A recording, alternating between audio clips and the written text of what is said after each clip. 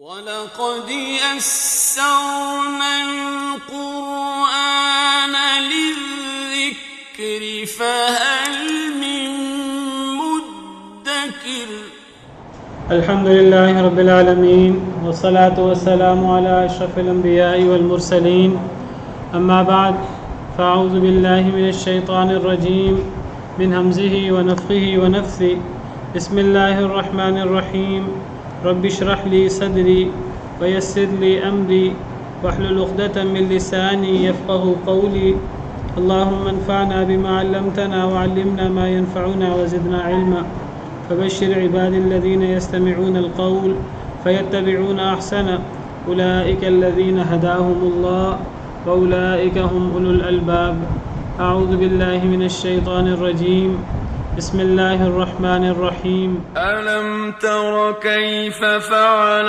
ربك بعاد إرم ذات العماد التي لم يخلق مثلها في البلاد وثمود الذين جابوا الصخر بالواد وفرعون ذي الأوتاد الذين طغوا في البلاد فأكثروا فيها الفساد فصب عليهم ربك سوط عذاب إن ربك لبالمرصاد فأما الإنسان إذا ما ابتلاه ربه فأكرمه ونعمه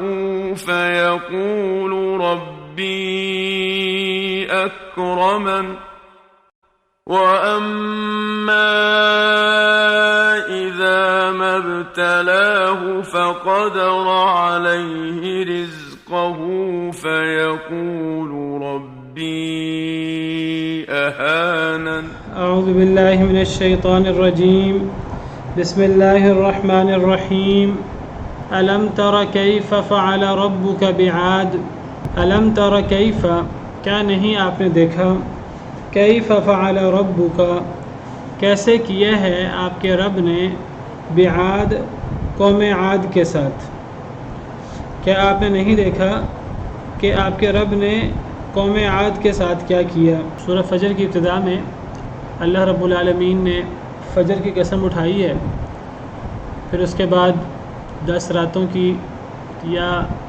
10 ذی الحجہ کی قسم اٹھائی ان کی عظمت کی وجہ سے پھر شفع اور وتر یعنی طاق اور جفت کی قسم اٹھائی ہر مخلوق یا جفت ہوتی ہے یا طاق ہوتی ہے اور پھر رات کی قسم اٹھائی جب وہ چلے یعنی جب وہ آئے یا جب وہ جائے یہ 4 قسمیں کھا کر اللہ رب العالمین نے فرمایا کہ عقل والوں کے لیے اس میں قسم ہے یعنی یہ جو قسمیں ہیں یہ قسمیں بہت بڑی ہیں چھوٹی قسمیں نہیں ہیں عقل والے اپنی عقل کو استعمال کریں تو انہیں احساس ہوگا کہ اللہ رب العالمین نے اپنی بات میں کتنا زور دیا ہے اور اللہ رب العالمین نے کتنی بڑی بڑی قسمیں اٹھائی ہیں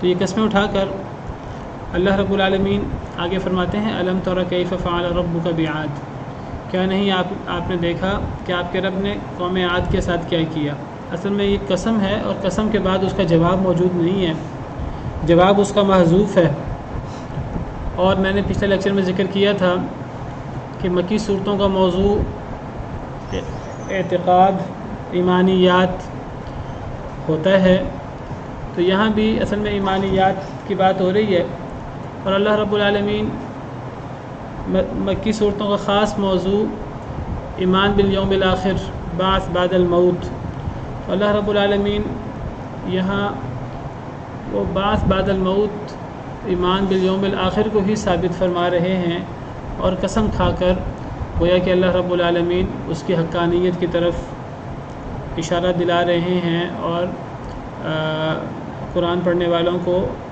اللہ رب العالمین آخرت پر ایمان لانے کا گویا کہ حکم دے رہے ہیں جیسا کہ مکی صورتوں کا عام موضوع ہے بعض مفسرین کے مطابق یہ آیت نمبر 14 جو آگے آئے گی، ان ربک لبالمرصاد، یہ اصل میں ان قسموں کا جواب ہے آگے جا کر کہ آپ کا رب گھات میں ہے.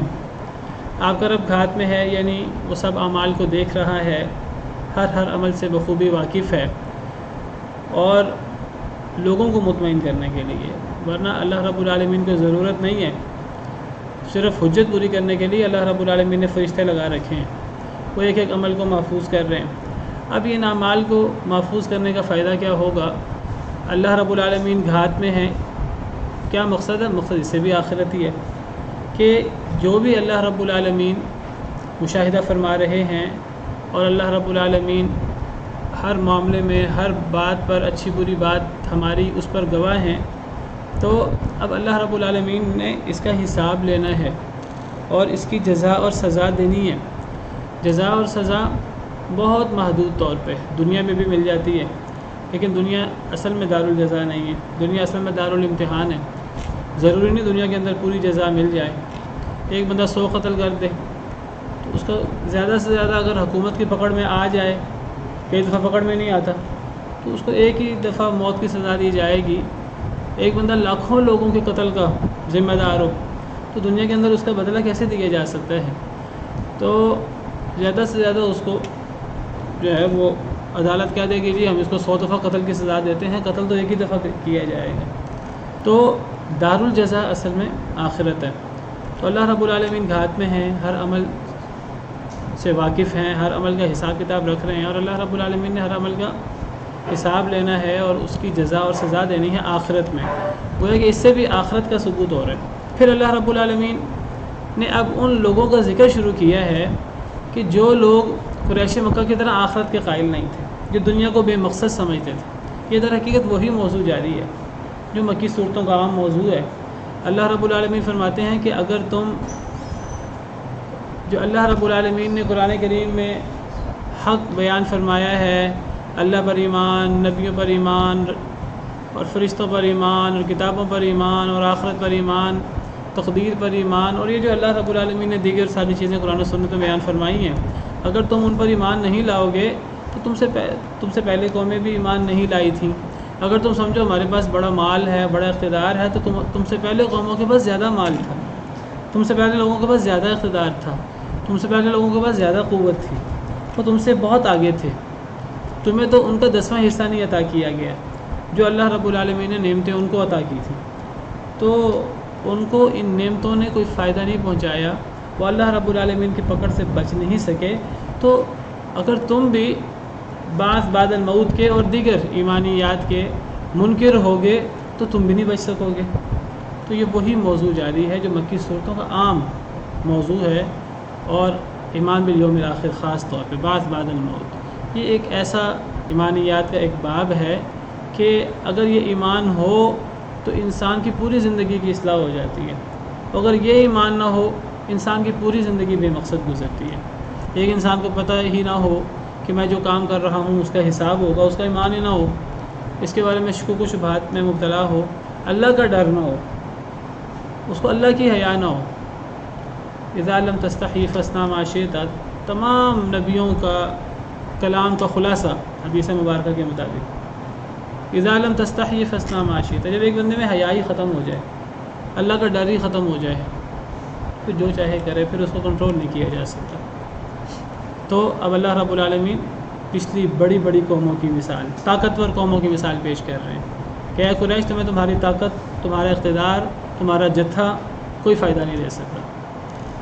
الم تر کیف فعل ربک بعاد، کیا نہیں آپ نے دیکھا اے اللہ کے نبی صلی اللہ علیہ وسلم، کیف فعل ربک، کیسے کیا آپ کے رب نے بعاد، قوم عاد کے ساتھ. کون قوم عاد؟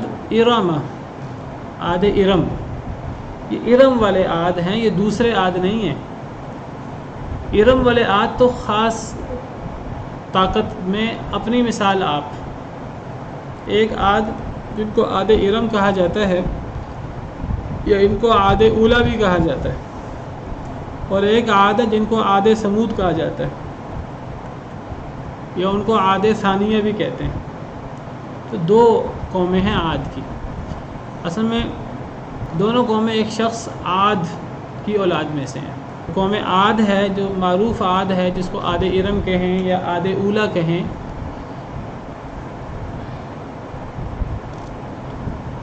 تو یہ قوم بھی عاد نامی شخص کی طرف منسوب ہے. اس شخص کی وجہ سے اس قوم کو عاد کہا جاتا ہے. اور یہ جو جس عاد کی طرف یہ قوم منسوب ہے تو اس شخص کا نام ہے عاد بن عوس بن ارم بن سام بن نوح. نوح علیہ السلام کے بیٹے سام. آپ کو پتہ تھا نوح علیہ السلام کی قوم کو جب اللہ نے تباہ و برباد کیا، سیلاب آ گیا اور اللہ تعالیٰ نے پوری دنیا کو ہی تباہ کر دیا. صرف حضرت نوح علیہ السلام کے ساتھ جو لوگ کشتی میں سوار ہوئے اور جو جانور وغیرہ کشتی میں سوار ہوئے وہ بچے، باقی تمام دنیا ہی وہ اس عذاب کا شکار ہو گئی اور کوئی بھی باقی نہیں بچا. صرف وہی لوگ باقی بچے جو حضرت نوح علیہ السلام کے ساتھ کشتی میں سوار ہوئے تھے. قرآن کریم میں اللہ رب العالمین کا ارشاد ہے وَجَعَلْنَا ذُرِّيَّتَهُ هُمُ الْبَاقِينَ. اللہ فرماتے ہیں ہم نے نوح علیہ السلام کی اولاد کو ہی باقی رکھا. یعنی جو حضرت نوح علیہ السلام کے ساتھ سوار ہوئے تھے وہ 80 کے قریب لوگ تھے. اچھا، باقی تو سارے تباہ و برباد ہو گئے. اب وہ جو 80 کے قریب لوگ تھے ان کی بھی آگے نسل نہیں چلی. اللہ کا کرنا ایسا ہوا جب لمبے عرصے کے بعد وہ زمین پر اترے، پھر وہ لوگ دنیا میں بسے، ان کی اولادیں ہوئیں، ان کی اولادیں بھی آگے نہیں چلی. جن کی اولاد آگے چلی ہے تو سیدنا نوح علیہ السلام کے 3 بیٹے ہیں، انہی کی نسل آگے چلی ہے. حام، سام اور یافس، یہ 3 بیٹے ہیں، ان کی اولاد آگے چلی ہے. اس اعتبار سے سیدنا نوح علیہ السلام کو آدم ثانی بھی کہا جاتا ہے. اور قرآن کریم کی کئی آیات سے پتہ لگتا ہے، جیسے میں نے بھی ذکر کی وَجَعَلْنَا ذُرِّيَّتَهُ هُمُ الْبَاقِينَ. ہم نے نوح علیہ السلام کی اولاد انہی کو باقی رکھا، باقی کسی کو باقی نہیں رکھا. اسی طرح ذُرِّيَّةَ مَنْ حَمَلْنَا مَعَ نُوحٍ، اے ان لوگوں کی اولاد جنہیں ہم نے نوح علیہ السلام کے ساتھ سوار کیا. تو نوح علیہ السلام کے ساتھ جو لوگ سوار ہوئے تھے صرف ان کی اولاد باقی بچی، اور ان میں سے بھی صرف حضرت نوح علیہ السلام کے 3 بیٹوں کی اولاد باقی بچی. تو ان 3 بیٹوں میں سے وہ چوتھا تھا، اور ایک اور وہ پہلے ہی فوت ہو گیا تھا طوفان سے پہلے. 5 بیٹے تھے کل حضرت نوح علیہ السلام کے. ہاں، ایک پہلے ہو گیا تھا. طوفان میں جو ہوا وہ کافر تھا، تو یہ باقی تینوں بیٹے مسلمان تھے. تو یہ سام کی اولاد، سام کا بیٹا ارم، اور ارم کا پوتا ہے کا نام عاد بن اوس ہے. عاد بن عین واو صاد، عاد بن اوس بن ارم بن سام بن نوح. تو یہ عاد نامی شخص کی اولاد میں قوم جس کو قوم عاد کہا جاتا ہے. اچھا، اسی عاد کی نیچے نسل در نسل جا کر نیچے ایک شخص آتا ہے جس کا نام سمود ہے. جس کا نام سمود ہے. وہ سمود کا سلسلہ نسب بھی اس عاد نامی شخص سے ملتا ہے. تو اس سمود کی طرف نسبت کر کے تو قوم سمود کہا جاتا ہے. قوم عاد کی طرف سیدنا ہود علیہ السلام بطور نبی آئے تھے، اور قوم سمود کی طرف سیدنا صالح علیہ السلام بطور نبی مبعوث ہوئے تھے. تو یہ جو قوم سمود ہے ان کا سلسلہ نسب بھی سمود کا عاد سے ملتا ہے. قوم سمود نامی شخص کی طرف نسبت ہے، اور قوم عاد کی نسبت عاد نامی شخص کی طرف ہے. اور سمود کے سلسلہ نسب میں جو سام بن نوح سے ملتا ہے تو اسی سلسلہ نسب میں یہ عاد نامی شخص بھی آتا ہے. تو قوم عاد ہو یا قوم سمود ہو، دونوں کو قوم عاد بھی کہہ دیتے ہیں. ٹھیک ہے، دونوں کو قوم عاد کہہ دیتے ہیں کیونکہ سمود نامی شخص کے سلسلہ نسب میں یہی عاد بھی آتا ہے. لیکن اب ایک عاد اولا پہلی عاد اور ایک عاد ثانیہ، یا پھر ایک کو عاد ارم یعنی وہ عاد جو ارم کا پوتا ہے اس کی اولاد، اور ایک کو عاد سمود کہتے ہیں. وہ قوم عاد جو در حقیقت سمود نامی شخص کی اولاد میں سے ہے، جو عاد کی اولاد میں ایک مشہور شخص ہے. تو قرآن کریم میں قوم سمود کا ذکر بھی ہے، اور ان کے نبی کا بھی کئی جگہ قصہ بیان ہوا. قوم عاد کا بھی ذکر ہے، اور ان کے نبی سیدنا ہود علیہ السلام کا بھی ان کا قصہ بھی کئی دفعہ بیان ہوا. اور قرآن کریم میں یہ قوم عاد کو عاد ارم کہا گیا، اور جو اسی کا نام قرآن کریم میں ایک مقام پر عاد اولا بھی رکھا گیا. اسی کو میں نے ذکر کیا عاد اولا بھی کہتے ہیں. جیسے سورہ نجم میں ہے اللہ تعالیٰ اپنی عظمت اور قدرت اور طاقت بیان کرتے ہوئے فرماتے ہیں سورہ نجم آیت نمبر 50 وَأَنَّهُ أَهْلَكَ عَادًا الْأُولَى کہ اللہ وہ ذات ہے جنہوں نے عاد اولا کو بھی ہلاک کر دیا وثمود اور سمود کو بھی فما ابقا کسی کو باقی نہیں چھوڑا. اب یہاں سے واضح محسوس ہو رہا ہے ایک عاد اولا ہے اور ایک عاد ثانیہ ہے جس کا ذکر نہیں یہاں ہوا لیکن وہاں سمود کہہ کر وہاں عاد ثانیہ مراد ہے. تو عاد اولا جو زیادہ طاقتور قوم تھی جو زیادہ لمبے لمبے لوگ تھے اس عاد اولا کو بھی جس کا نام عاد ارم بھی ہے تو اس عاد ارم یا اس عاد اولا کو بھی اللہ رب العالمین نے ہلاک کر دیا. تو کیا نہیں آپ نے دیکھا کیسے کیا آپ کے رب نے عاد کے ساتھ. کون عاد؟ ارم یعنی عاد ارم. کون سے عاد ارم؟ ذات العماد لمبے لمبے ستونوں والے. یہ قوم ہے قوم عاد. قوم مؤنث عربی زبان میں تو ذات والی عماد ستونوں والی قوم یہ عاد ارم. یا تو یہ اتنے لمبے لمبے تھے خود کہ جس طرح لمبے لمبے ستون ہوتے ہیں یہ ستونوں کی طرح لمبے تڑنگے اور طاقتور ہوتے تھے اس لیے اس کو ذات العماد کہا. یا پھر یہ بڑے طاقتور تھے اور جہاں بھی جاتے تو خیمے اور خیموں کے اندر جو ہے لمبے لمبے ستون اور بلند و بالا خیمے اور طاقت اور ہر جگہ جو ہے انہوں نے اپنا شو آف کرنا ہوتا تھا. تو اس معنی میں ان کو لمبے لمبے ستونوں جو عمارتیں اور خیمے اور ان کے اندر جو ستون ہوتے تھے تو ان کی وجہ سے انہیں ذات العماد یا تو ان کی اپنی بلند قامتی اور اپنی طاقت کی وجہ سے انہیں ذات العماد عماد والے یا ان کی عمارتوں اور ان کے خیموں وغیرہ کے ساتھ جو یہ ستون وغیرہ اور اس قسم کی چیزیں بناتے تھے اس کی وجہ سے انہیں ذات العماد کہتے ہیں. جی یہ اصل میں ایک محاورہ ہے کہ اصل میں غور کرنے کی طرف کسی کو کسی کی طرف متوجہ کرنا ہو تو کیا تم نے نہیں دیکھا. یہاں دیکھنے سے مراد ظاہری دیکھنا نہیں ہے. بعض لوگ جو ہیں وہ یہاں ظاہری دیکھنا مراد لیتے ہیں اور اسے ثابت کرتے ہیں دیکھو جی نبی صلی اللہ علیہ وسلم جو ہیں وہ پہلے بھی جو ہے نا وہ آپ ہمیشہ سے موجود ہیں. اگر علم ترس وغیرہ آیتوں سے یہ دلیل لینی ہے تو قرآن کریم میں یہ الفاظ تو صرف نبی کے ساتھ استعمال نہیں ہوئے یہ تو سب لوگوں کے ساتھ استعمال ہوئے ہیں. قرآن کریم میں ایک مقام پر اللہ فرماتے ہیں الم تروا کیف خلق اللہ سبع سماوات طباقا. الم تروا کیا تم لوگ نہیں دیکھتے. سورہ نوح میں الم تروا. اب تروا تو جمع کو خطاب ہے اور تروا سے مراد تمام قرآن کریم کے مخاطب مراد ہے مسلمانوں کے کافر. تو اگر علم ترا سے نبی کریم صلی اللہ علیہ وسلم کو عالم الغیب ثابت کرنا ہے اور ہمیشہ سے زندہ ثابت کرنا ہے تو پھر اسی فارمولے کے تحت علم ترو سے تو تمام قریش تمام صحابہ کرام ہی پھر یہ ثابت ہوتے ہیں.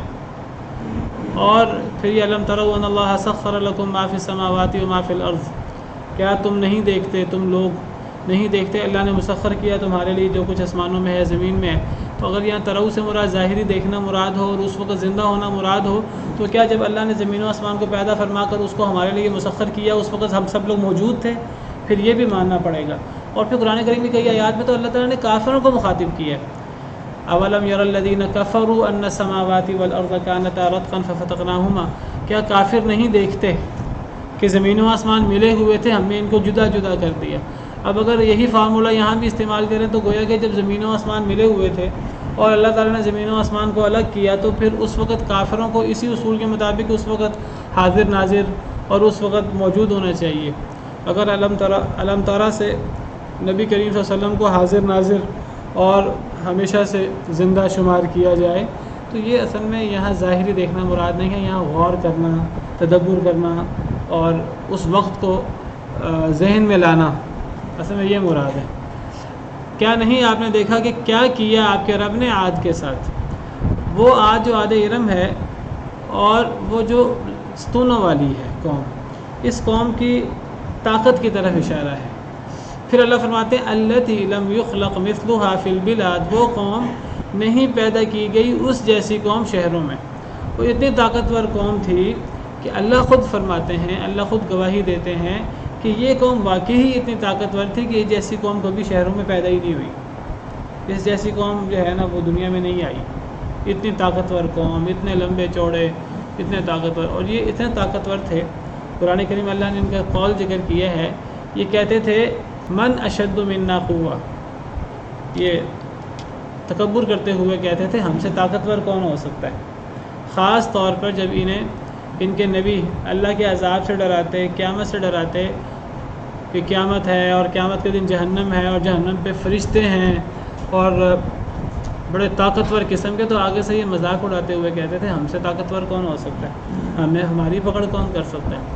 تو اللہ نے کیا بہترین جواب دیا اور کیا فطری جواب دیا، اولم یروا ان اللہ الذی خلقهم هو اشد منهم قوة، کیا انہوں نے نہیں دیکھا کہ جس اللہ نے انہیں پیدا کیا تو وہ ان سے زیادہ طاقتور ہے، خالق تو زیادہ طاقتور ہوگا، تو اس وقت خالق کی بات ہو رہی ہے، خالق کی پکڑ کی بات ہو رہی ہے، تو تم خالق کے سامنے کیسے تکبر کا مظاہرہ کر سکتے ہو۔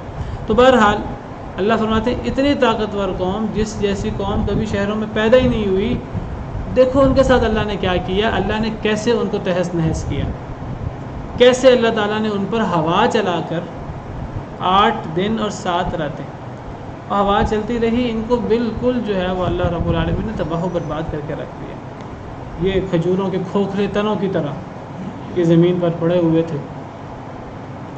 تو اللہ کے سامنے کوئی ٹھہر نہیں سکتا، کوئی طاقتور قوم اپنی طاقت کی وجہ سے، کوئی مالدار قوم اپنے مال کی وجہ سے، کوئی جتھے والی قوم اپنے جتھے کی وجہ سے اللہ کے عذاب سے نہیں بچ سکتی۔ تو اللہ کے عذاب سے قریش تم بھی نہیں بچ سکتے، تمہیں اپنی اصلاح کرنی ہوگی، ورنہ تم بھی تباہ ہو جاؤ گے پچھلی قوموں کی طرح۔ وَثَمُودَ الَّذِينَ جَابُوا الصَّخْرَ بِالْوَادِ، اور قوم سمود کو، قوم سمود کے ساتھ اللہ نے کیا کیا، کہ آپ نے نہیں دیکھا، کیا آپ نے غور نہیں کیا ہے اللہ کے نبی صلی اللہ علیہ وسلم، اللہ نے قوم سمود کے ساتھ کیا کیا۔ کون قوم سمود؟ یہ وہی عاد ثانیہ ہے جس کو عاد سمود کہتے ہیں۔ الَّذِينَ جَابُوا الصَّخْرَ بِالْوَادِ، وہ جنہوں نے تراش دیا پتھر کو وادیوں میں، وہ قوم جو پتھر تک کو تراشتی تھی، ہنرمند، یہ قوم بھی اپنی طاقت میں، اپنی لمبائی میں، بلند قامتی میں اپنی مثال آپ قوم عاد سے یہ کمتر تھے، لیکن باقی تمام قوموں میں یہ بھی بہت طاقتور تھے، اور طاقت کے ساتھ یہ ہنرمند بھی بہت زیادہ تھے، ان کے پاس جو ہے وہ ہنر اور کاریگری اور اس میں بھی بہت آگے تھے، اللہ کی دین تھی، لیکن جب اللہ کسی کو دیتے ہیں تو وہ آگے سے پھر تکبر کرنا شروع کر دیتا ہے۔ اللہ نے ان کو یہ صلاحیت دے رکھی تھی کہ پتھروں کو، پہاڑوں کو تراش لیتے تھے، پہاڑوں کو تراش کر محل بنا لیتے تھے، اپنے مکان بنا لیتے تھے پہاڑوں کو تراش کر۔ آج بھی ان کے جو انہوں نے محل وغیرہ بنائے اس کے آثار موجود ہیں سعودی عرب میں، مدائن صالح علاقہ ہے، آج ایک شہر کا نام ہے العلا، مدینہ منورہ سے تبوک کی طرف جائیں، جنوب کی طرف شاید تبوک، تو تقریباً 500 کلومیٹر کے فاصلے پر العلا نامی شہر ہے، اس کے اندر مدائن صالح کے اندر ان کے آج بھی اثرات موجود ہیں، جو انہوں نے جو پہاڑوں کو یہ اس سے پتھر اور اس سے مکان اور محل بناتے تھے۔ تتخذون من سهولها قصورا وتنحتون الجبال بیوتا، نرم مٹی سے محل بناتے تھے تم، اور پہاڑوں کو تم پہاڑوں سے گھر بناتے تھے۔ تو قوم سمود کے ساتھ اللہ نے کیا کیا، قوم سمود کو بھی، وہ قوم سمود جنہوں نے تراش دیا پتھر کو وادی میں، اور پھر تو ذرا غور کرو اللہ نے قوم سمود کے ساتھ کیا کیا قوم سمود کے ساتھ، ایک ہی چیخ آئی اور یہ سب تباہ و برباد ہو گئے۔ اور قرآن کریم کی دوسری آیات سے پتہ لگتا ہے زلزلہ آیا، چیخ کا عذاب بھی آیا اور زلزلے کا عذاب بھی آیا، اوپر سے چیخ اور نیچے سے زلزلہ۔ قوم سمود کے حوالے سے 2 عذابوں کا ذکر ملتا ہے سورہ اعراف میں، زلزلے کا ذکر ہے، اور سورہ ہود میں چیخ کا ذکر ہے قوم سمود کے حوالے سے۔ تو یہ بڑی طاقتور قوم تھی، بڑی صلاحیت والی قوم تھی، لیکن یہ بھی اپنے آپ کو اللہ کے عذاب سے بچا نہیں سکے جب انہوں نے بعد الموت کا انکار کیا۔ وفرعون ذی الاوتاد، اور فرعون کے ساتھ یہ سب کا تعلق بعاد، گویا کہ الم تر کیف فعل ربک بعاد، الم تر کیف فعل ربک بثمود الذین جابوا الصخر بالواد، الم تر کیف فعل ربک بفرعون ذی الاوتاد۔ یہ اصل میں اس طرح کر کے عبارت سیٹ ہوگی، یہ عطف ہے عاد پر۔ تو اور فرعون کے ساتھ کیا نہیں آپ نے دیکھا کہ آپ کے رب نے کیا کیا فرعون کے ساتھ؟ کون سا فرعون؟ ذی الاوتاد، جو میخوں والا تھا، میخوں والا۔ میخوں والا سے مراد وتد میخوں والا، یا تو اس کے لشکریوں کی کثرت، خیمے جب لگتے تھے جگہ جگہ خیمے، میخیں لگا لگا کر خیمے لگاتے بڑے مضبوط قسم کے، تو فوج کی کثرت، بہت طاقتور اور ساز و سامان سے لبریز فوج، اس کے خیمے بہت زیادہ ہوتے تھے۔ یا پھر میخوں والا فرعون کے ظلم زیادتی کی طرف اشارہ ہے کہ کتنا ظالم تھا کہ اپنے مخالفین کو ان کے ہاتھوں پاؤں میں میخیں ٹھوک دیتا تھا اور اس طرح کر کے انہیں اذیت دیتا تھا۔ تو یعنی اتنا ظالم اور اتنا طاقتور بادشاہ، تو اس کی طاقت اور اس کے لشکر وہ اسے اللہ کے عذاب سے نہیں بچا سکے۔ کیا آپ نے نہیں دیکھا کہ فرعون کے ساتھ آپ کے رب نے کیا کیا؟ جو میخوں والا تھا۔ الذین طغوا فی البلاد، یہ وہ لوگ ہیں، یہ سب لوگ عاد، ثمود، فرعون، جنہوں نے سرکشی کی شہروں میں۔ یہ سارے بڑے سرکش، بڑے طاقتور اور ظلم و زیادتی کرنے والے، سرکشی کرنے والے۔ تو فرمایا کہ یہ تمام قومیں، قوم عاد ہو، قوم ثمود ہو، قوم فرعون ہو، الذین، ان سب لوگوں نے طغوا، بڑی سرکشی کی، فی البلاد، شہروں میں، فاکثروا فیہا الفساد، پس انہوں نے زیادہ کر دیا ان میں، یعنی ان شہروں میں، الفساد، فساد کو، بڑا ہی فساد پھیلایا، اللہ کی نافرمانی، فتنہ فساد۔ فصب علیہم ربک سوط عذاب، بس بہا دیا ان کے اوپر آپ کے رب نے عذاب کا کوڑا۔ تو یہ قومیں اپنی طاقت، اپنے ظلم زیادتی، سرکشی کے باوجود اللہ کے عذاب سے، عذاب کے کوڑے سے نہیں بچ سکی۔ ان قوموں پر اللہ کے عذاب کا بڑا سخت کوڑا برسا۔ تو قریش مکہ کس کھیت کی مولی ہیں؟ وہ کیسے اپنے آپ کو بچا سکتے ہیں اللہ کے عذاب سے، اگر وہ بھی انہی عادات، انہی عقائد میں مبتلا ہوں جو قوم عاد، قوم ثمود، قوم فرعون کے تھے، جن عقائد میں سے ایک عقیدہ بعث بعد الموت کا انکار ہے۔ پھر فرمایا ان ربک لبالمرصاد، بے شک آپ کا رب البتہ گھات میں ہے۔ تو یہ جواب ہے اس قسم کا، ان قسموں کو جو پیچھے ذکر ہوئی۔ تو درمیان میں اللہ نے بطور دلیل ذکر فرمایا کہ جو قوم یہ باتیں نہیں مانے گی، بعث بعد الموت، موت کا انکار کریں گی جو قومیں، تو ان قوموں کو اللہ رب العالمین نے تباہ و برباد کیا ہے۔ تو قریش پھر کیسے بچ سکیں گے اگر وہ بعث بعد الموت کو نہ مانیں، اللہ پر ایمان نہ لائیں؟ اللہ تو گھات میں ہے، پھر اللہ تو ایک ایک چیز کو دیکھ رہا ہے۔ یہاں ہے ان ربک لبالمرصاد، بے شک آپ کا رب گھات میں ہے۔ اور سورہ نبا میں فرمایا ان جہنم کانت مرصادا، کہ جہنم گھات میں ہے، یعنی اللہ رب العالمین گھات میں ہے۔ ایک ایک عمل اللہ رب العالمین کی نظروں میں ہے، اللہ رب العالمین کے مشاہدے اور علم اور احاطے میں ہے۔ اور زیادہ لوگوں کے اعمال برے ہیں تو اللہ نے ان کے لیے پھر اپنا عذاب تیار کر رکھا ہے۔ اللہ گھات میں ہے، ایک ایک عمل کا جائزہ لے رہے ہیں، اور پھر اللہ نے عذاب کو ان کے لیے گھات میں رکھا ہوا ہے، جہنم کو۔ جہنم بھی گھات میں ہے، ان جہنم کانت مرصادا۔ تو وہ جہنم اور یہ سب کا تعلق آخرت کے ساتھ ہے، تو آخرت کی بات ہے، اور مکی صورتوں کا عام موضوع۔ فَأَمَّا الْإِنسَانُ إِذَا مَا ابْتَلَاهُ رَبُّهُ فَأَكْرَمَهُ وَنَعَّمَهُ فَيَقُولُ رَبِّ أَكْرَمَنِ، پس رہا وہ شخص، اذا ما ابتلاه، جب آزمائے اس کو، ربہ، اس کا رب، فاکرمہ ونعمہ، پس وہ عزت دے اس کو، یعنی اللہ دنیا میں اسے عزت دے، ونعمہ، اور اسے نعمتیں دے، فیقول ربی اکرمن، تو وہ کہتا ہے کہ میرے رب نے میری عزت کی۔ انسان کا کیا حال ہے؟ یہاں انسان سے مراد انسانوں کی جنس ہے۔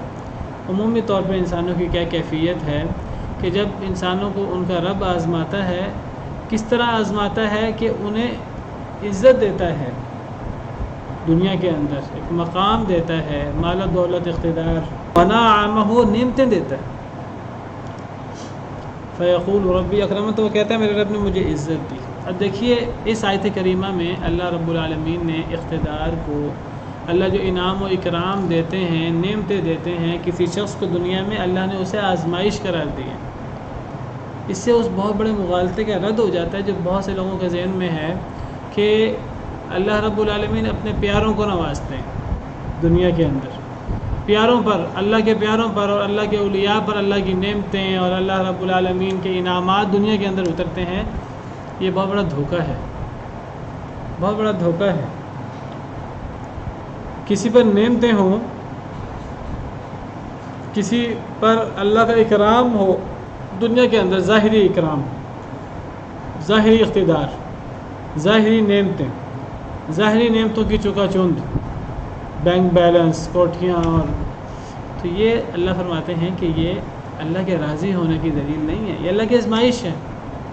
اس کو آزمائش سمجھنا چاہیے. تو انسان کی صورتحال کیا ہے جب اس کو اس کا رب آزماتا ہے؟ کیسے آزماتا ہے؟ اسے انعام و اکرام دے کر، نعمتیں دے کر. تو وہ آگے سے شیطان کے دھوکے میں آ کر کیا کہتا ہے؟ وہ کہتا ہے ربی اکرمن، میرے رب نے مجھے عزت دی. کہنے کو وہ اللہ کی طرف منسوب کر رہا ہے ان نعمتوں کو، لیکن اللہ فرماتے ہیں بہت بڑا مغالطہ ہے، بالکل صحیح بات نہیں ہے جو یہ بندہ کر رہا ہے. کسی کو نعمتیں ملی ہوں اور وہ آگے سے کہے کہ اللہ نے مجھے عزت دی ہے، اللہ نے مجھے نعمتیں دی ہیں. کیا مراد ہے اس کی؟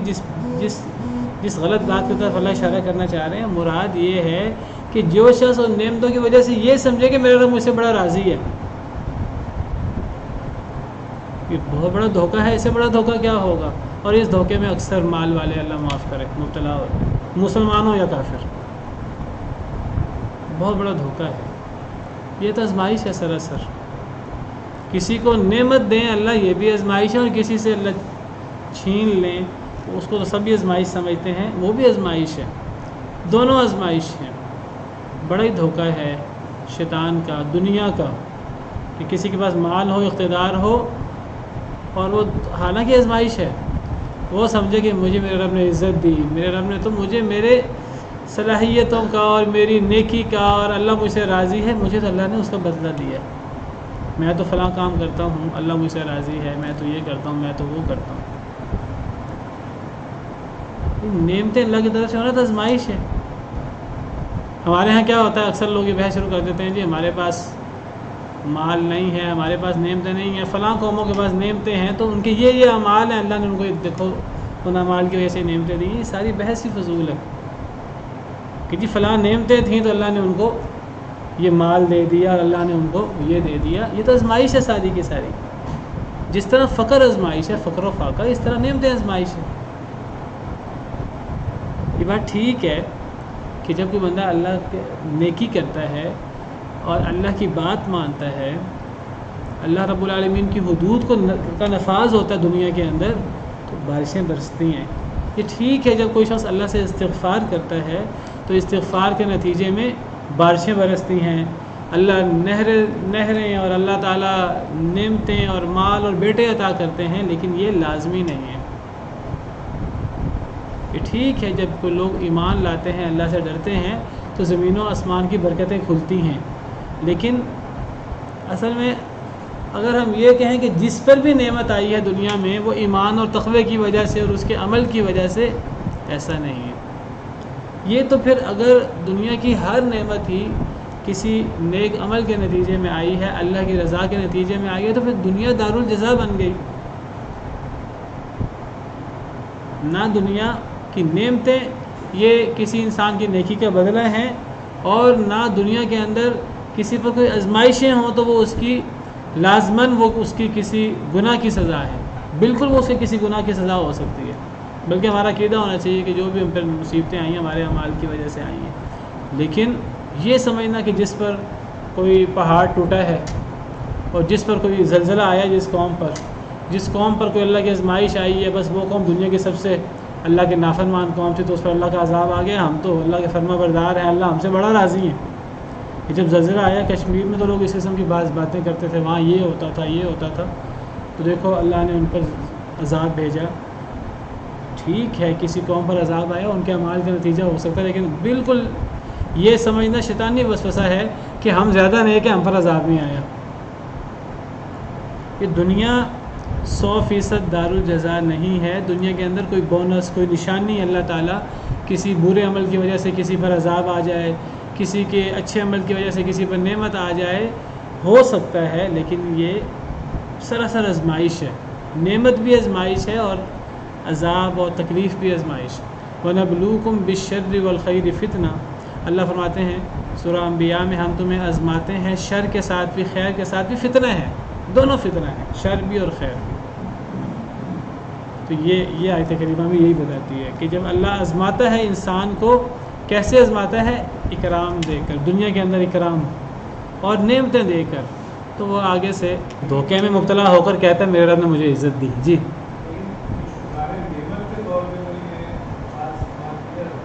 نہیں، اصل میں یہ الفاظ کب غلط ہیں؟ یہ غلط تب ہیں کہ جب اصل میں اگلی آیت پڑھ لیں تو زیادہ واضح ہوگا. میں پہلے اگلی آیت پڑھ دوں. وَأَمَّا إِذَا مَا ابْتَلَاهُ. اور رہا وہ شخص جب آزمائے اس کو، یعنی اس کا رب، فَقَدَرَ عَلَيْهِ رِزْقَهُ، پس تنگ کر دے اس پر اس کا رزق، فَيَقُولُ رَبِّي أَهَانَنِ، تو وہ کہے میرے رب نے مجھے رسوا کر دیا. اصل میں یہ دونوں پہلو پائے جائیں تو غلط، تو خرابی ہے. دونوں پہلو بیک وقت پائے جائیں.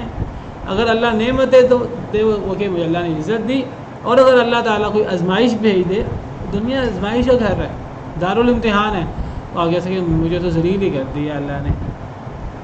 بھئی نہ پھر نعمت دے کے اللہ نے تجھے عزت دی ہے، نہ تجھے اللہ نے تجھ سے نعمت چھین کر تجھے ذلیل کیا. اللہ نے تجھے نعمت دی تھی آزمائش کے لیے، اللہ نے تجھ سے رزق تنگ کیا ہے آزمائش کے لیے. نہ اللہ نے تجھے پہلے عزت دی ہے، نہ اللہ نے تجھے اب ذلیل کیا ہے. یہ دونوں چیزیں آزمائش. یہ تو دنیا وَتِلْكَ الْأَيَّامُ نُدَاوِلُهَا بَيْنَ النَّاسِ. یہ دن ہم پھیرتے رہتے ہیں لوگوں کے درمیان. کبھی اس کے پاس غلبہ ہے، کبھی اس کے پاس شکست ہے، کبھی اس کو فتح ہے، کبھی اس کو شکست ہے، کبھی اس کے پاس مال ہے، کبھی جو ہے وہ بادشاہ جو ہیں وہ کنگلے ہیں، اور کبھی کنگلے بادشاہ ہیں. ہاں اگر ایک بندے کو اللہ سے نعمت ملے اور بندہ کہے کہ مجھے اللہ نے بطور شکر کے، وہ کہے مجھے اللہ نے عزت دی اور آزمائش آئے تو وہ صبر کرے، یہ ایک الگ چیز ہے، یہ ایک اچھی چیز ہے. لیکن یہ دونوں صورتوں میں اگر اس کا رویہ یہ ہو، نعمت ملنے کی صورت میں وہ کہ مجھے اللہ نے عزت دی، اور اگر آزمائش ہو رزق کی، رزق تنگ ہو تو وہ کہ مجھے اللہ نے ذلیل کر دیا، تو یہ قابل مذمت ہے. جی ہاں، جب آزمائش، جب نعمت آئے تو انسان کہے کہ یہ آزمائش کے لیے، اور میں نے اس آزمائش میں اللہ کا شکر ادا کرنا ہے، اور میں نے جو ہے نا وہ تکبر میں نہیں آنا. اللہ کا شکر ادا کرے، لیکن جب آزمائش آئے تو وہ صبر کرے، اس پہ بھی اللہ کا شکر ادا کرے کہ جس اللہ نے مجھے نعمت دی تھی تو اس اللہ نے مجھے میری صلاحیت کی وجہ سے نعمت نہیں دی تھی، اللہ نے مجھ پہ کرم کیا تھا، میں تب اللہ کا شکر ادا کیا تھا، تب میں نے غرور نہیں کیا تھا. جس اللہ نے دیا تھا اگر اس اللہ نے لے لیا ہے تو میں اللہ سے شکوہ کیسے کر سکتا ہوں؟ میں صبر کرتا ہوں. ہاں میں اللہ سے دعا کرتا ہوں اللہ تعالیٰ مجھے دوبارہ نعمت دے دے، میں صبر کرتا ہوں حوصلے کے ساتھ.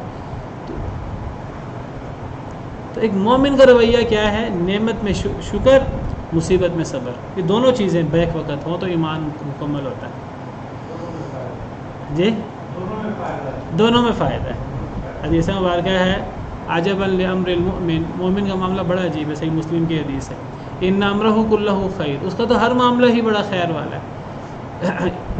ان اصابتہ سراء شکر فکان خیر اللہ، اگر اسے نعمت پہنچتی ہے، کوئی خوشی پہنچتی ہے تو وہ شکر کرتا ہے تو اس کے لیے بہتر ہے. وَإِنْ أَصَابَتْهُ ضَرَّاءُ صَبَرَ فَكَانَ خَيْرًا لَهُ، اور اگر اسے مصیبت پہنچے تو صبر کرتا ہے اور یہ اس کے لیے بہتر ہے. وَلَيْسَ ذَلِكَ إِلَّا لِلْمُؤْمِنِ، فرمایا یہ سعادت صرف مومن کو حاصل ہوتی ہے کہ دونوں حالتوں میں. یہ اگر صرف نعمت میں یہ جواب ہو اور مصیبت میں اگلا جواب نہ ہو پھر ٹھیک ہے. اگر نعمت میں جواب ہو کہ مجھے اللہ نے بڑا اکرام کیا مجھ پر، مجھے اللہ نے بڑا انعام کیا. نعمت میں یہ جواب ہو, مصیبت میں وہ صبر کرے, صبر و شکر سے مصیبت کو کاٹ لے, پھر عیب نہیں ہے. اصل میں یہاں یہ دونوں آیتوں کو ملا کر معنی کرنا چاہیے کہ اللہ تعالیٰ مذمت کر رہے ہیں ان لوگوں کی کہ جب اللہ انہیں دیں تو وہ کہتے ہیں اللہ نے ہمیں دیا, اللہ نے ہمیں بڑا دیا اور اللہ نے ہمیں عزت دی ہے. جب اللہ لے لے تو کہ اللہ نے ذلیل کر دی ہے. یہ بالکل وہ یہ اس قسم کی آیات ہیں. دیکھیے قرآن کریم میں کئی آیتیں ہیں, جب نعمت ہم دیتے ہیں لوگوں کو لوگ اترانا شروع کر دیتے ہیں, جب ہم لوگوں سے نعمت چھینتے ہیں تو لوگ مایوس ہو جاتے ہیں. بھئی جب نعمت ملی تھی تو اترانا کس بیس پر؟ بندہ اس بات پہ اتراتا ہے میری صلاحیت ہے, جیسا قارون نے اتراتا تھا. اور جب مصیبت آتی ہے پھر انسان کہتا ہے جی مایوس ہو جاتا ہے, مجھ پہ تو کبھی نعمت ہی نہیں آئے گی. کہ انسان کو یہ سمجھنا چاہیے کہ مجھے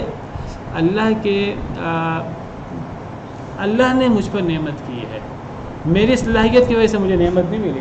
اور جب آزمائش آئے تب انسان یہی تصور کرے کہ یہ آزمائش اللہ نے مجھے آزمایا ہے. دیکھیے اللہ نے کیا سکھایا ہے کہ اذا اصابتهم مصیبت قالوا انا للہ و انا الیہ راجعون. مومن لوگ وہ ہیں جب ان کو مصیبت آتی ہے تو کہتے ہیں ہم اللہ کے لیے ہیں, ہم نے اللہ کی طرف لوٹ کر جانا ہے. جس اللہ نے ہمیں نعمتیں بھیجی تھی اسے اللہ نے مصیبت بھیج دی. ہم جب نعمت پر راضی تھے تو مصیبت پر بھی ہم صبر شکر کرتے ہیں, ہم اپنے منہ سے اف نہیں نکالتے, ہم شکوہ نہیں کرتے اللہ تعالیٰ سے. جس اللہ نے نعمتیں دی تھی اسے اللہ نے مصیبت بھیج دی. تو ہم خیر اور شر دونوں قسم کی تقدیروں پر ایمان رکھتے ہیں. اصل میں جب انسان کوئی اس کے ساتھ نعمت ہو, خیر ہو تو بڑا خوش ہو, اور جب مصیبت آئے تو مایوس ہو جائے اور پھر شکوہ کرنا شروع کر دے کہ مجھے تو اللہ نے ذلیل کر دیا. تو یہ مومن کا معاملہ یہ نہیں ہوتا. دیکھیے ایک تو ہے نا کسی کو نعمت ملے وہ نعمت میں بھی ناشکری کرے, اور مصیبت آئے مصیبت میں بھی کہ مجھے اللہ نے ذلیل کر دیا. یہ تو غلط در غلط ہے. لیکن اب انسان نعمت میں تو شکر کر لے اور مصیبت میں انسان شکوہ کر لے, یہ بھی غلط ہے. اچھا انسان مصیبت میں صبر کر لے اور نعمت میں انسان فخر و غرور پہ اتر آئے, یہ بھی غلط ہے. صحیح کیا ہے, انسان دونوں صورتوں میں رویہ صحیح رکھے. ایک صورت میں رویہ صحیح رکھنا اور دوسری صورت میں غلط رکھنا ہی صحیح نہیں ہے. اب دیکھیے قرآن کریم کی آیتیں دیکھیں آپ. اللہ فرماتے ہیں لا یسم الانسان من دعاء الخیر, انسان کبھی خیر کی دعا سے اکتاتا نہیں ہے. اب کہنے کو انسان ہمیشہ خیر مانگتا رہتا ہے, اب کہنے کو اس میں کوئی مذمت نظر نہیں آتی, حالانکہ یہ مذمت والا جملہ ہے. کیوں؟ اگلا جملہ دیکھیں, لا یسم الانسان من دعاء الخیر, انسان کبھی خیر کی دعا سے اکتاتا نہیں ہے. وَإِن مَسَّهُ الشَّرُّ فَيَئُوسٌ قَنُوطٌ, جب مصیبت آتی ہے مایوس ہو جاتا ہے. کیا مطلب؟ یعنی جب نعمتیں انسان کو ملتی رہتی ہیں انسان اللہ سے خیر مانگتا رہتا ہے, خوش ہوتا رہتا ہے. یہ ایک پہلو تو اچھا ہے, لیکن دوسرے پہلو کے ساتھ وہ پہلی اچھائی بھی ختم ہو جاتی ہے. جب مصیبت آتی ہے تو مایوس ہو جاتا ہے. اب دیکھیے اللہ تعالیٰ فرماتے ہیں منافق کی مثال اور جو مومن نہیں ہے اس کی مثال کیا ہے. اللہ فرماتے ہیں کہ منافق کی, اور وہ ایک کنارے پہ رہ کر اللہ کی عبادت کرتا ہے. وَمِنَ النَّاسِ مَن يَعْبُدُ اللَّهَ عَلَى حَرْفٍ فَإِنْ أَصَابَهُ خَيْرٌ اطْمَأَنَّ بِهِ, اگر اسے خیر ملے مطمئن ہو جاتا ہے. اب کہنے کو یہ کوئی مذمت والی بات نہیں لگ رہی کہ کسی کو خیر آئے تو وہ مطمئن رہے, خوش رہے خیر آنے پر. ابھی کوئی زیادہ مذمت نظر نہیں آ رہی, لیکن یہ مذمت والا جملہ ہے کیونکہ اگلے جملے کے ساتھ مل کر وَإِنْ أَصَابَتْهُ فِتْنَةٌ انقلب عَلَى وَجْهِهِ, جب فتنہ آتا ہے تو اپنے پاؤں پر پلٹ جاتا ہے. یعنی ایک کنارے پر رہ کر اللہ کی عبادت کرتا رہتا ہے, ایک کنارے پر رہ کر مومن ہے. جب تک نعمتیں ملتی رہتی ہیں خوش رہتا ہے, ہاں جی اسلام تو بڑا اچھا دین ہے, اسلام کے تو بڑے فائدے ہیں. لیکن جب مصیبت آتی ہے, فتنہ آتا ہے تو قدموں پر پلٹ جاتا ہے. اب اس کا وہ جو جب تک خیر تھی تب تک وہ خوش تھا, وہ بھی عمل رائے گاہ ہو گیا. کیسے رائے گاہ ہوا؟ جب مصیبت آئی تو. اب آپ دیکھیں دو پہلو, دو چیزوں میں سے ایک چیز صحیح ہو اور دوسری چیز غلط ہو, دوسری چیز پہلی صحیح چیز کو بھی غلط کر دیتی ہے. اب کافر کیا کرتے تھے مشرکین مکہ, کہ مصیبت میں اللہ کو پکارتے تھے. اب کہنے کو مصیبت میں اللہ کو پکارنا کتنی اچھی چیز ہے, لیکن جب نعمت ہوتی تھی تو کیا کرتے تھے؟ تب بتوں کو پکارتے تھے. قرآن کریم میں موجود ہے کہ جب تمہیں مصیبت آتی تم اللہ کو پکارتے ہو، جب تم مصیبت سے نکل جاتے ہو پھر تم شرک کرتے ہو.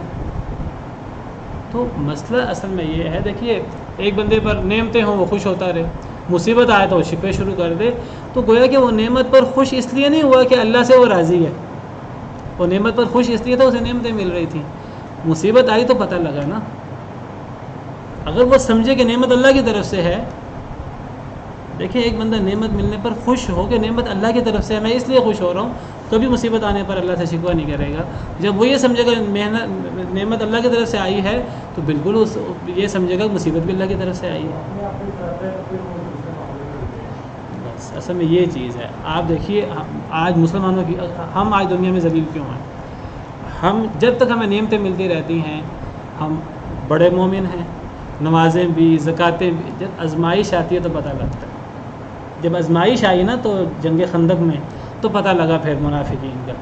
اس وقت منافق کہنے لگے تو یہ سارے وعدے ہم سے دھوکے کے ہوئے تھے. جب تک نعمت ہوتی رہی، جنگ بدر میں جو ہے نا وہ مال غنیمت مل گیا، سارے خوش ہیں، مومن بھی خوش ہیں اور منافق بھی خوش ہیں. اس میں پتہ نہیں لگا. جنگ احد میں پتہ لگا، جنگ خندق میں پتہ لگا. اذ یقول المنافقون والذین فی قلوبہم مرض ما وعدنا اللہ ورسولہ الا غرورا.